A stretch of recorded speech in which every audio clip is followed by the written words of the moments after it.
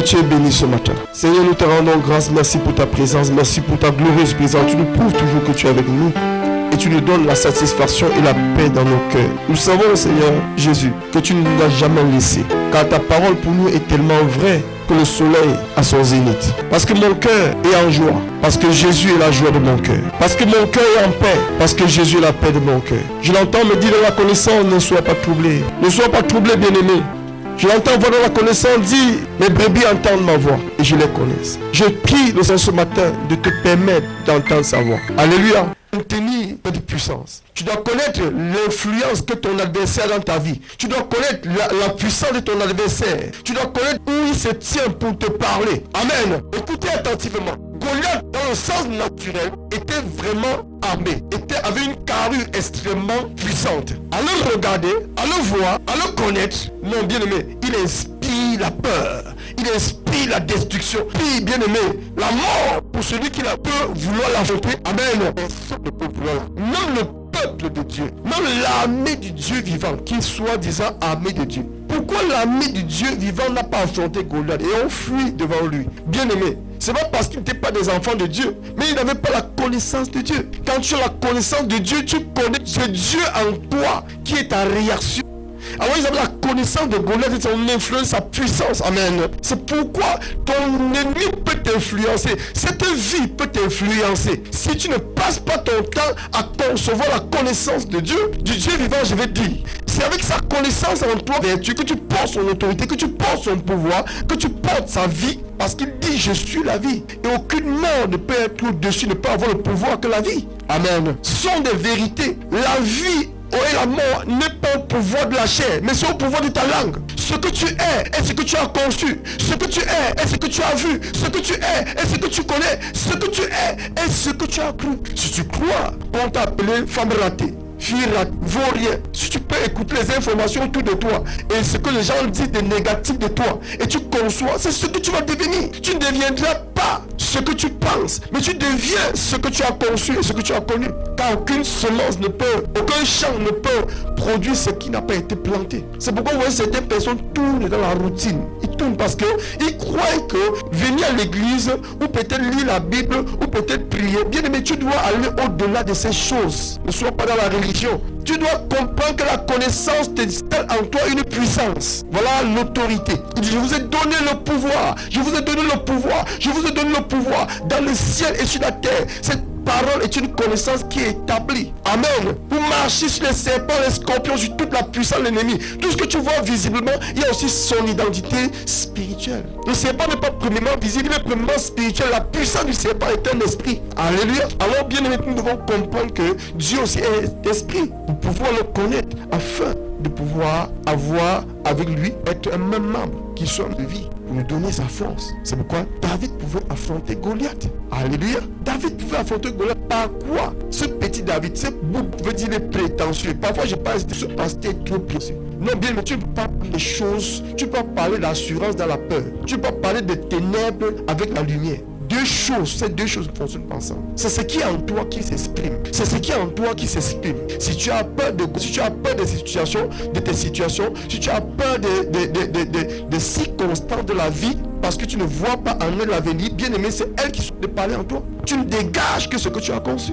Tu ne dégages, bien aimé, le parfum de l'influence ou de l'ombre sur lequel tu te tiens, qui est béni ce matin. Bien aimé, écoute attentivement. Même si on te donne une bénédiction là maintenant et que tu ne connais pas ces choses, nous sommes esclaves si on n'a pas la connaissance. Dans un sens. Amen. Donc connaître Dieu et soit affranchi. Nous avons vu nos Bibles ce matin dans Jean 8 à partir du verset 31 à 36. La connaissance m'affranchit. Une autre connaissance me rend un esclave. Ça, c'est le mystère de l'invisible que les hommes ne connaissent pas pour pouvoir s'établir dans la domination qui est béni ce matin. C'est ce qui est connaissance en toi qui parle au travers de toi. Jésus ne dit-il pas que c'est la bonne que la bouche parle? Ce qui abonde dans ton cœur est ce que tu connais. Si quelqu'un a peur, c'est parce que la peur abonde son cœur. Si quelqu'un n'a pas d'assurance, c'est parce que cet esprit de manque d'assurance abonde son cœur. Alléluia. Ainsi de suite. Et cela révèle l'environnement dans lequel nous nous tenons dans le monde où en Jésus, il a dit en Jésus. C'est en Jésus, comme Jonas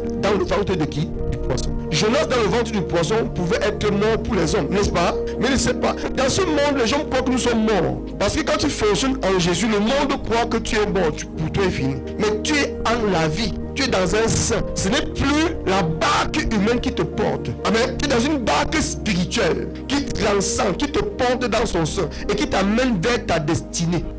Nous devons comprendre ce qu'on appelle en Jésus. Je t'ai dit, il y a une influence, il y a un homme dans nos vies que nous ne connaissons pas, qui nous rend esclaves. Il y a un positionnement que nous devons tenir et consciemment dans l'esprit. C'est cela, cette ombre qui nous permet de parler. Si tu as l'ombre de la lumière, tu ne vas pas parler. Alléluia. À l'ombre de la lumière, nous sommes pleins d'assurance. À l'ombre de la lumière, nous sommes pleins de joie. À l'ombre de la lumière, nous sommes pleins de paix. À l'ombre de la lumière produit certains caractères que nous manifestons, Mais à l'ombre de l'obscurité, dites-moi, alléluia, la peur va s'installer. Amen. La peur que nous manifestons là est la preuve que bien que nous sommes physiquement dans la lumière, nous sommes dans les ténèbres. C'est pourquoi nous devons avoir la connaissance, dit connaissance. Ok, pour être affranchi. On peut te délivrer d'un démon, mais tu ne peux pas être affranchi par la puissance de Dieu. Mais nous sommes affranchis par la connaissance, c'est-à-dire l'enseignement. C'est bien écrit. C'est pourquoi aujourd'hui, vous voyez, tout ce qui se passe dehors là, c'est parce que Dieu veut amener l'église dans une autre dimension. L'église cherche la délivrance. L'église cherche les miracles. C'est bon, c'est Dieu qui le donne. Mais ces choses ne nous donnent pas la puissance, ne nous donnent pas l'autorité de Dieu. Parce que Dieu, on peut donner à un prisonnier la nourriture, vrai ou faux. On peut donner à un prisonnier le vêtement, vrai ou faux. On peut donner à un prisonnier mais qu'il possède même des voitures. Est-ce qu'il le possède? Lui, bien que c'est bien écrit dans son corps, il ne peut pas l'utiliser jusqu'à ce qu'il sorte de la prison. Donc nous ne sommes pas des chrétiens en prison. Mais ce sont des chrétiens réels pour utiliser le pouvoir. Ce pouvoir est donné pour ceux qui sont libres, pas pour ceux qui sont emprisonnés. Pas des chrétiens semblants qui vont être libres parce qu'ils ont eu une délivrance. C'est très bon d'avoir la délivrance d'un démon. La Bible déclare la connaissance que lorsque les impies sortent dans la vie de quelqu'un, il va dans les lieux arides cherchant où habiter. Parce que nous étions son habitation. Oh mais bien, quelqu'un dit je me révolte ce jour.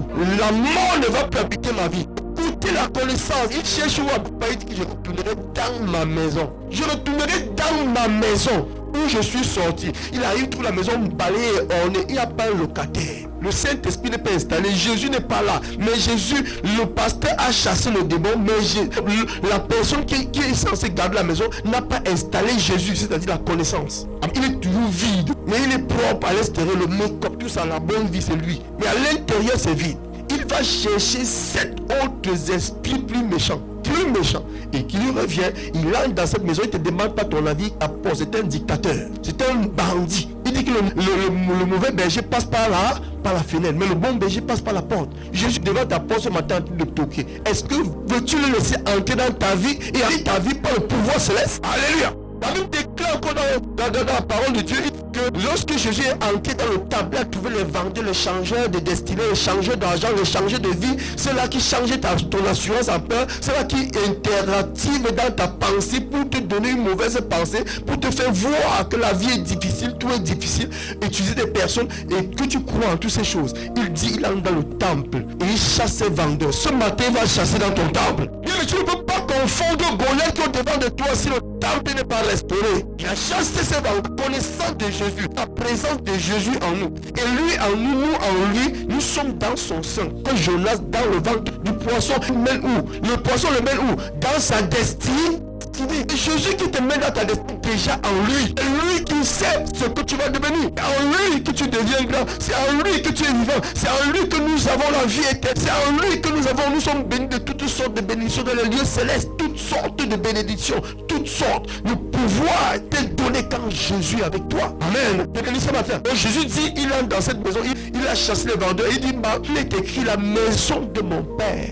C'est une maison de prière. Mais vous en avez fait. Il parlait à qui? Aux démons qui étaient dans la vie. Une caverne de voleurs, de poltrons, de peureux, des personnes qui n'ont pas d'avenir, qui croient qu'ils n'ont pas d'avenir, qui n'ont pas d'assurance, ils n'ont rien, ils sont vides. La maison de Dieu, le diable dit que ma maison, dit ce jour je comprends cette connaissance. Alléluia. Voilà la vérité. C'est pourquoi nous devons comprendre ces choses. Je vais prendre ça à partir du verset 31. Il dit au verset 31. Il dit aux Juifs qui avaient cru en lui. Écoutez, ceci est dit pour les Juifs, c'est aussi dit pour nous. Ici, Jésus parle aux Juifs. Les Juifs sont des hommes. Si tu es une personne, tu es un homme sur terre, sache que cette parole aussi est adressée à toi et à moi. Il dit aux Juifs qui avaient cru. Nous avons cru, oui. La croyance ne nous donne pas bien-aimé, complètement l'affranchissement. La croix nous donne la croyance et la... Tu as cru en Jésus, tu as l'église, oui, mais nous ne sommes pas encore affranchis. Mais Jésus dit à ceux qui ont cru, qui sont déjà dans sa présence, il lui dit, si vous demeurez dans ma parole,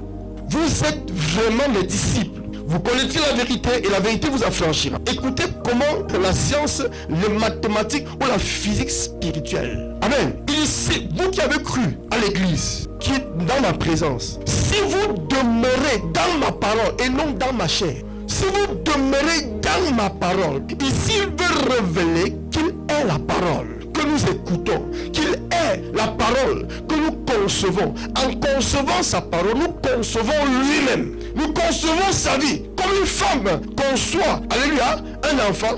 Ainsi nous sommes des champs ou des épouses qui doivent concevoir, qui doivent hériter, amen, de ces paroles. Donc la parole de Dieu est l'héritage des enfants de Dieu. Le repas, c'est dit, je suis le pain venu du ciel, afin que quiconque mange de ce pain n'a plus jamais faim et n'a plus jamais soif. Si Jésus est en toi, bien mais ta famille et tes soifs, c'est lui maintenant le Père qui prend soin de toi. Tes ennemis seront ses ennemis, tes adversaires seront tes adversaires. Mais cet ennemi qui dit qu'il a la pauvreté, qu'il est la pauvreté, bien l'esprit de ta famille là, écoute attentivement. Si vous demeurez dans ma parole, dans ma pensée, dans mon esprit. L'esprit est la pensée est la parole est la connaissance. Dans la parole, qu'est-ce que je libère maintenant? Je libère les connaissances au travers de la parole qui est un esprit qui parle en moi. Amen. Amen. La parole est un esprit qui parle au travers d'un homme qui est rempli. Alors, ce que nous écoutons, c'est la connaissance. Et la connaissance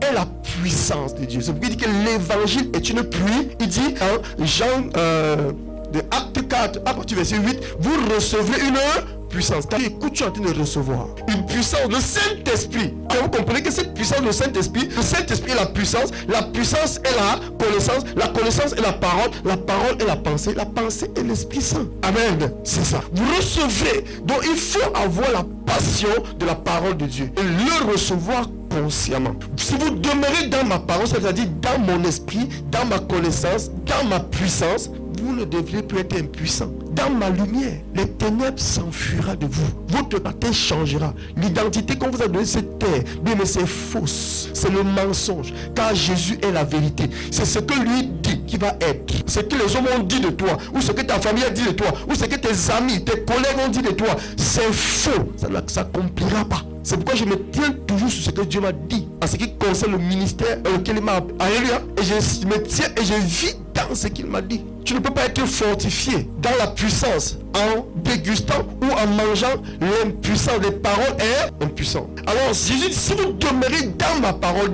une demeure est une maison. C'est-à-dire sa parole devient ta maison. Alléluia. La parole de Dieu est une maison. Alors la parole du monde est une autre maison. Et dans chaque demeure une influence. Si tu entres dans la demeure des prostituées, tu ne vas pas dire que tu es saint. Tu entres dans la demeure des braqueurs, des bandits. Amen. Tu vas concevoir, tu vas devenir ce qu'ils sont. Donc une demeure transporte ou bien une demeure transfère une puissance. Ça c'est la chose spirituelle. Alors si la parole de Jésus est la puissance de Jésus, cela sous-entend que la parole du monde est la puissance du monde. Et nous ne pouvons pas, en tant qu'enfants de Dieu ou chrétiens, combattre la puissance du monde qui est en Goliath. Amen. Qui est Goliath? Ce sont tes adversaires. Ce sont les choses qui effraient ta vie. Ce sont des puissances. La pauvreté est un Goliath. La souffrance, la maladie, toutes ces choses. Ou toutes choses qui ne fonctionnent pas dans ta vie, il y a un esprit derrière. Alléluia. Qui ne veut pas. Et aussi longtemps que tu ne connais pas ces choses, tu vas continuer à être esclave de ces forces invisibles que nous ne voyons pas. Alors, il dit, si nous demeurons dans sa parole, vous êtes vraiment mes disciples. Vous comprenez que les disciples de Jésus étaient ses disciples parce qu'ils demeuraient dans la maison de la parole. Et si nous regardons bien, nous comprendrons qu'il y a deux formes ou deux sortes de paroles, deux sortes de pensées, deux sortes d'esprit dans le monde spirituel. Amen. Mais dans le monde naturel, il y a plusieurs couleurs d'hommes. Mais dans le monde spirituel, il n'y a pas plusieurs couleurs d'esprit. Il n'y a que deux couleurs d'esprit. le blanc et le noir, la lumière et les ténèbres. Alors si l'un n'est pas celui qui gouverne ta vie ou nos vies, l'autre sera. L'ignorance nous fait comprendre que nous sommes déjà dans les ténèbres. Mais la connaissance nous transporte des ténèbres pour la lumière. Écoute attentivement. Les disciples de Jésus-Christ étaient disciples parce qu'ils demeuraient dans la parole. Ça c'est un principe, c'est une connaissance. Tu dois connaître ça. Alors ne vis pas dans la parole juste comme un suivisme, comme quelque chose que nous faisons juste parce qu'il faut faire, parce qu'on le connaît, parce qu'on fait. Non. Dedans, avec amour. Aime la parole même sans le comprendre. Qui est béni ce matin. Regardez. En vérité, les bébés ne connaissent pas leurs parents. Vrai ou faux? Mais ils aiment leurs parents parce qu'ils têtent de l'aide de leur maman. Et c'est en tétant ce que finalement ils vont reconnaître la face de leur maman. Donc aime Dieu. Aimer c'est téter. Aimer c'est boire. Aimer c'est s'attacher. J'étais en train de méditer hier. Et puis je le rencontre une connaissance. Il dit que ceux qui aiment Dieu sont connus de Dieu. Je dis quoi? Il dit que quelqu'un dit ceux qui aiment Dieu sont connus de Dieu. Est-ce que tu comprends ce que ça veut dire? Il dit que quand tu l'aimes, même si tu ne comprends pas, il dit que quand tu l'aimes, il te connaît. C'est puissant. Ça c'est puissant. Si Dieu te connaît, tu connais comment Dieu fait te connaître. Pourquoi n'appliques-tu pas ce principe qui est béni ce matin? Ceux qui aiment Dieu sont de Dieu. Ceux qui n'aiment pas ne sont pas connus. Alors si le chef d'État te connaît, bien aimé, qui peut encore te toucher? Il faut connaître ces vérités. Ce sont des vérités qui t'affranchissent. Et en mettant ces choses en pratique, tu sais que Dieu te connaît. Et en continuant à mettre en pratique, Dieu va se faire connaître en se révélant, qui est béni ce matin. La Bible n'est pas seulement pour lire, mais c'est pour comprendre et concevoir et devenir. Ce sont des mystères, des applications ou des pratiques que nous pratiquons, et parce que nous avons compris une vérité. Alléluia, qui est béni ce matin. Si vous demeurez dans ma parole, vous êtes vraiment mes disciples. Ça c'est automatique. Vous connaîtrez la vérité et la vérité vous affranchira. Donc demeurez dans la parole. Vous avez cru, maintenant demeurez dans sa parole, dans sa maison. Amen. Tu ne peux pas demeurer dans quelque chose que tu n'aimes pas. Tu ne peux pas entrer dans une maison où toutes choses vont contre toi, tu y demeures. Alléluia. Tout ce que l'environnement où tu demeures en toi parce que tu aimes. C'est l'amour qui nous donne de demeurer dans quelque chose. Sans amour, tu ne peux pas demeurer mort. Il y a des personnes qui font des travaux qui ne veulent pas parce qu'ils n'ont rien à faire. Mais si tu les donnes ce qu'ils aiment, ils vont rester là-bas. Alléluia. Ici, c'est l'ordre de Dieu pour tous les enfants de Dieu. Demeurez dans sa parole. Il dit, si vous demeurez dans ma parole, vous devenez même disciples. Vous connaîtrez, c'est-à-dire la connaissance est après que nous avons commencé à aimer pour Jésus-Christ. Il dit, si tu demeures, la demeure, crois. C'est le premier pas de l'amour. Amen. Demeurer, le deuxième pas. Et après ça, Dieu commence à te faire le connaître. Ça veut dire que croire, c'est de l'amour. Demeurer, c'est l'amour. Et la Bible déclare que ceux qui aiment Dieu sont connus d'eux. Au moment que tu aimes Dieu, tu ne le connais pas encore.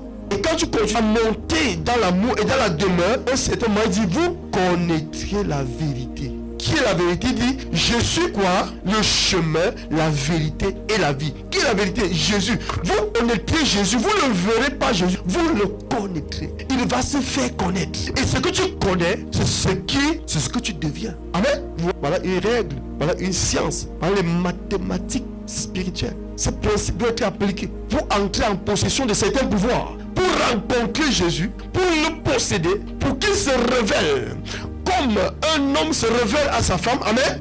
Qui veut dire ce matin? C'est à cause de l'amour que Samson avait pour Delilah qu'il s'est révélé à elle, mais il ne savait pas qu'elle était le serpent. Qui est béni ce matin? C'est l'amour qui va faire que quelqu'un va se révéler, te révéler ses secrets. On ne révèle pas ses secrets à n'importe qui. Ne viens pas chercher Dieu croyant que bien, mais Dieu va te donner tout. Il peut te donner certaines choses, mais il ne peut pas se révéler parce que tu risques de le trahir. Alors c'est ton amour pour lui, parce que fonctionner dans sa parole, c'est fonctionner dans son amour. Amen. Parce que cette parole s'est déjà donnée pour nous depuis 2025 ans aujourd'hui. Alléluia. Alors lui, il a déjà manifesté sa part d'amour. Alors c'est à nous de manifester le nôtre pour entrer dans la connaissance pour Jésus-Christ.